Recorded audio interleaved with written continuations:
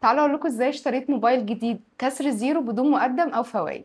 باختصار انا لقيت ابلكيشن اسمه موبايل مصر، ده عامل عرض مع فاليو لمده شهر، تقدر تشتري من عليه اي موبايل كسر زيرو وتستفاد بعرض التريبل زيرو، يعني زيرو مقدم، زيرو مصاريف اداريه، زيرو فوائد لمده 12 شهر. الحلو في الابلكيشن ان عليه كميه موبايلات ما تتخيلهاش اذا كانت ابل او اندرويد، والمميز كمان ان الموبايلات كسر زيرو يعني في نفس حاله الجديد بس باسعار اقل شويه. طيب ايه اللي بيضمن حاجه زي كده؟ مبدئيا عشان البيع تتم لازم انت والسيلر تنزلوا مكان تتقابلوا فيه وتصوروا بطايقكم وتنزلوها على الابلكيشن، عشان الابلكيشن بيعمل حاجه اسمها المبايعه الالكترونيه، وبيكون فيه تراكر زي اللي موجود على ابلكيشنز التوصيل بالظبط. بعد ما بتعاين الديفايس بيتبعت لك QR كود عشان تكمل من عليه البيمنت، وده طبعا بيحصل بعد ما الابلكيشن بيتاكد من كل التفاصيل علشان يضمن الامان للطرف. فانت دلوقتي تقدر تشتري موبايل زيرو مقدم، زيرو فوائد، زيرو مصاريف اداريه لحد 12 شهر مع يوفال. فلو اي حد حابب يغير موبايله يقدر ينزل ابلكيشن موبايل مصر من اللينك اللي تحت.